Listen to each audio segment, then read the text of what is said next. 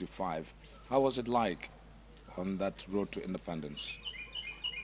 It was a very exciting period for Africa, and particularly, well, in fact, most of Africa was then under colonial rule from various countries of Europe. So the end of the Second World War gave the people of these colonies the experience to have played a significant role themselves in the Second World War between a world coalition of countries against the Nazi attempt to dominate Europe and eventually the world. But this opened the eyes of the people of the colonies when the war ended, to see that they too can seek to obtain their own liberation and independence from the colonial powers. And that ferment was very strong in all the countries you have just mentioned, and of course it did not bypass our little country, the Gambia. We felt the same, and also took part in that movement and in our own area to seek greater independence for us, for our people.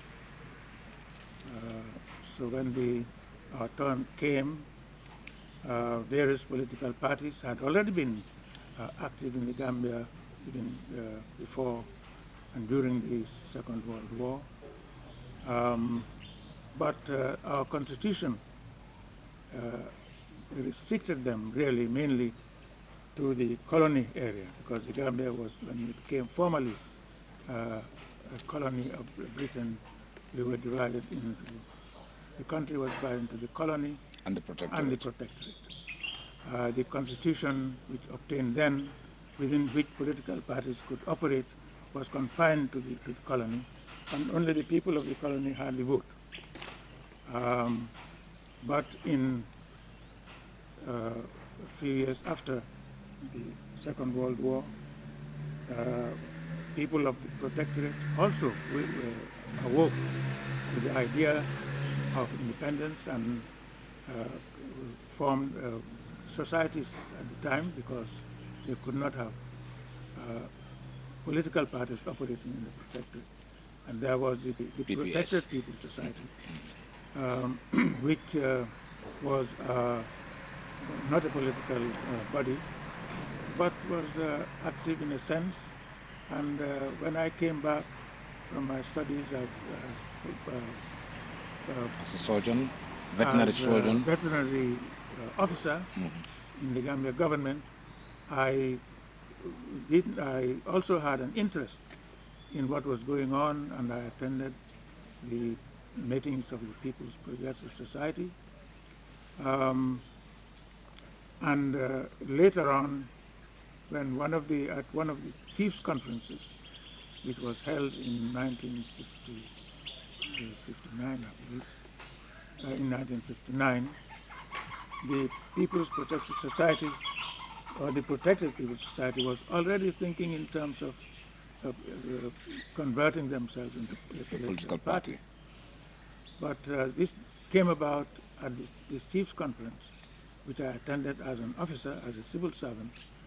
I did not take part in the direct discussions to change this society into a political party. But in the corridors of the conference, well, one had discussions with people who were taking part in this. This was the Chief's Mansa Bengo in Brikama, in which Sanjali Bojang played a very important role. No, that was an earlier one. An earlier one than the one I'm talking about. The one I was talking about was in Basse. But the one which was held in Brikama also gave the inklings that the people in the protectorate were also thinking of taking a more active part, more direct part in the political affairs of the country. Let me ask you, what political parties did you find at that time when the People's Progressive Society was coming into being? I know there must have been the The DCA, DCA, the United Party there of was Perenjai. the United Party of Mr. PSNI, the Gambia Muslim Congress of I am Gabajampa. Humpa, and there was a national party as well. Can immediately remember the names of the leaders. But these were the parties which were in existence before the PPP came into power. But because of the nature of it, because the franchise was confined to the To the colony, colony. their activities were mainly confined to the colony area and did not touch the protectorate, whose people were without the franchise, could not take a vote. Will I be right to say that you have been motivated by Lady Augusta Jawara, who stood in 1960 in Banjul, then Bathurst, to be part of the political thing? Yes, well, the PPP was formed, as I said, at the Mansabengo, the Chiefs Conference in Basse in 1959. And by 1960, uh, I had come I had resigned my job as principal veteran officer to lead the PPP. Because I think you remember that I received a delegation from the newly formed PPP inviting me to lead the party, to become leader of the party. Well, that was a very momentous decision I had to take because it meant, of course, that I had to resign my civil service job.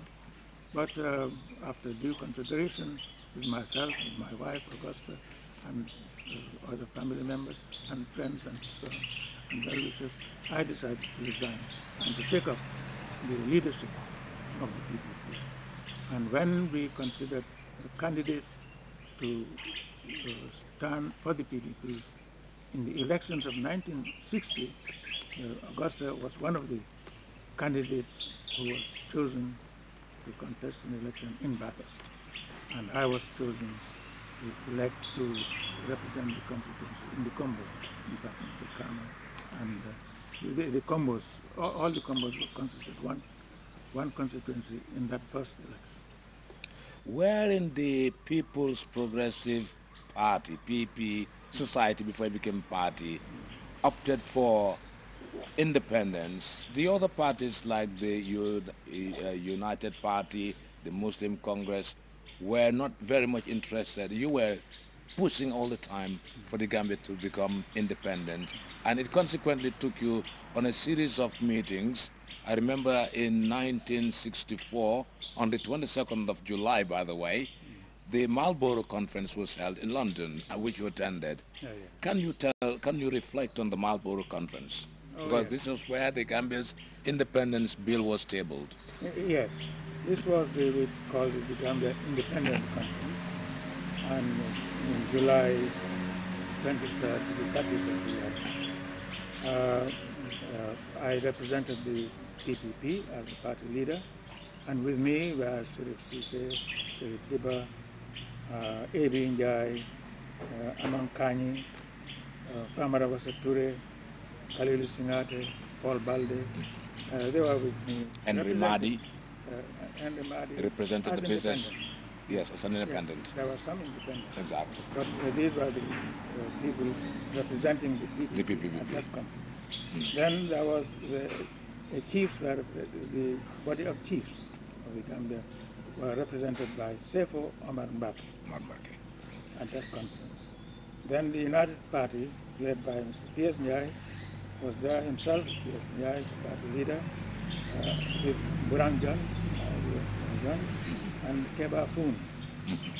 Keba Wali Foon. Keba Wali Foon. And the Gambia Muslim Congress, of course, was represented by their leader there, I am Gabajampa. Then the Reverend Jesse Fay was the liaison office Yes. in London. So he came as an official Official. of the official